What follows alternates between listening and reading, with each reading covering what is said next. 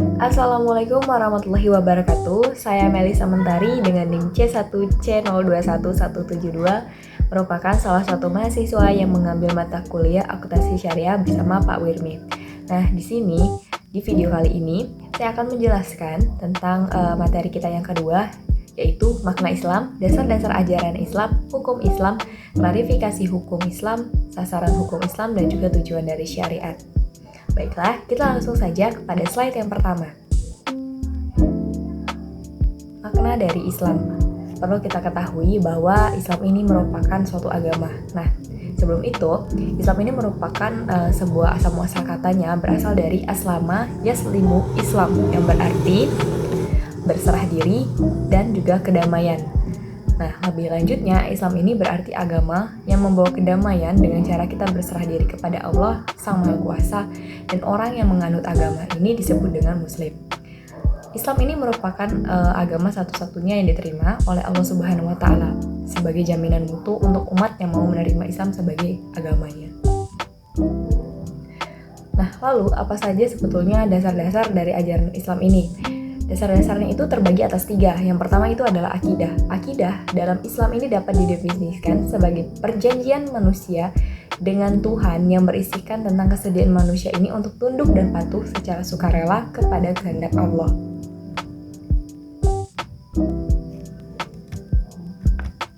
Dapat lebih lanjutnya lagi nih, kehendak ini terbagi menjadi 6 komponen. Yang pertama adalah keyakinan hati bahwa tidak Tuhan selain Allah. Yang kedua yaitu keyakinan hati bahwa ada hal yang gaib. Ketiga yaitu bahwa manusia biasa yang diberikan amanah kerasulan oleh Allah. Bahwa ada manusia biasa yang diberikan amanah kerasulan oleh Allah. Yang keempat yaitu keyakinan hati bahwa ada petunjuk hidup yang diberikan Allah. Yang keempat keyakinan hati bahwa ada tanggung jawab amal perbuatan setelah kematian. Yang keenam adalah keyakinan hati bahwa ada aturan pasti yang melandasi kehidupan yang dibuat oleh Allah Subhanahu wa Ta'ala. Kita lanjut kepada yang kedua, yaitu adalah syariat. Nah, syariah ini dapat didefinisikan sebagai peraturan Allah yang diberikan kepada manusia melalui para nabi agar umat manusia itu bisa hidup selamat di dunia maupun juga di akhirat. Dengan kata lain, syariat ini merupakan bukti dari akidah secara garis besar peraturan Allah yang diberikan kepada umat manusia, di mana ini terbagi menjadi 2. Yang pertama itu adalah ibadat, yang kedua adalah muamalat. Nah, ibadat itu apa? Ibadat itu adalah suatu peraturan yang berkaitan dengan perbuatan manusia guna mendekatkan diri kepada Allah, mengingat-ingat keagungannya, dan juga berterima kasih atas karunia yang telah diberikannya kepada manusia. Nah, yang kedua itu adalah peraturan yang berkaitan dengan perbuatan manusia guna menemukan kebaikan bersama dan mengurangi kezaliman atas manusia lain pada umumnya. Kedudukan syariah dalam ajaran Islam adalah sebagai bukti akidah. Setiap detik kehidupan manusia itu diisi dengan sebuah perbuatan, dengan perbuatan-perbuatan seperti itu. Nah, perbuatan-perbuatan ini dilandasi akar keyakinan hati untuk tunduk dan juga patuh secara sukarela kepada kehendak Tuhan. Itu disebut dengan akidah. Buah dari perbuatan ini adalah akhlak. Nah, berikutnya adalah akhlak. Akhlak ini dapat didefinisikan sebagai tindakan untuk membentuk atau membiasakan perbuatan yang bermakna bagi orang lain. Ruang lingkup dari akhlak ini terbagi menjadi 2. Yang pertama itu adalah dampak dari perbuatan yang berulang-ulang sebagai tanda terima kasih kepada Allah, yaitu akhlak pada Allah. Yang kedua yaitu dampak dari perbuatan yang berulang-ulang guna menemukan kemanfaatan bagi hidup bersama, yaitu akhlak kepada manusia. Nah, kedudukan akhlak dalam ajaran Islam itu adalah hasil, dampak, dan juga buah dari perbuatan-perbuatan atau syariah yang dilandasi keyakinan hati yang tunduk secara sukarela kepada Allah ataupun akidah, seperti itu.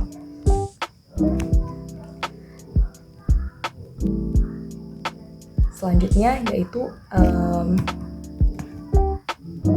adalah hukum Islam. Nah, hukum adalah ketetapan Allah yang berkaitan dengan perbuatan-perbuatan manusia, baik itu tuntutan, pilihan, ataupun wad. Ketetapan Allah Subhanahu wa Ta'ala adalah ketetapan yang langsung seperti wahyu Allah dengan Al-Quran atau Sunnah, atau yang dilandaskan kepada ketetapan yang langsung seperti ijma dan qiyas. Klarifikasi hukum Islam. hukum mengenai taklif atau penugasan ataupun pembebanan ini diklarifikasikan menjadi 5 jenis hukum, yaitu wajib, sunnah, haram, mubah, makruh. Wajib itu memang wajib untuk dilaksanakan dan berdosa jika kita tinggalkan. Sunnah yang berarti tidak dapat ditinggalkan, tetapi apabila kita mengerjakan kita akan mendapatkan amal. Ketiga itu haram, berarti haram ini bisa dikatakan tidak boleh gitu. Tidak boleh untuk dilakukan, harus kita jauhi seperti itu. Kemudian aja juga mubah yang sebetulnya ditinggalkan juga baik, dilakukan juga baik seperti itu. Atau juga makruh ini lebih baik ditinggalkan. Nah, berikutnya adalah sasaran hukum Islam. Ada 3 sasaran hukum Islam. Yang pertama adalah penyucian jiwa, yakni seorang Islam menjadi sumber kebaikan bukan sumber keburukan. Yang kedua adalah penegakan keadilan dalam masyarakat muslim maupun juga non-muslim. Firman Allah Subhanahu wa taala dalam surah Al-Maidah ayat 8 yang artinya, dan janganlah sekali-kali kebencianmu terhadap suatu kaum mendorong kamu untuk berlaku tidak adil.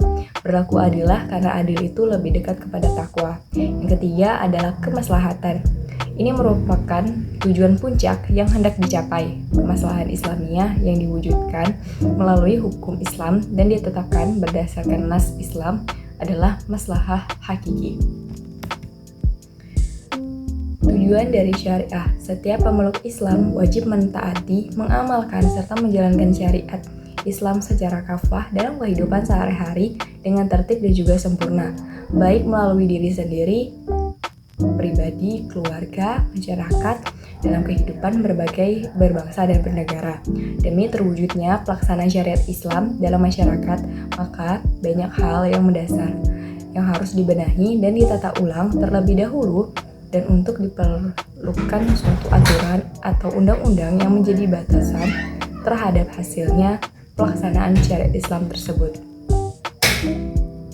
Sekian presentasi dari saya. Lebih kurangnya saya mohon maaf. Saya ucapkan wabillahi taufiq wal hidayah. Wassalamualaikum warahmatullahi wabarakatuh.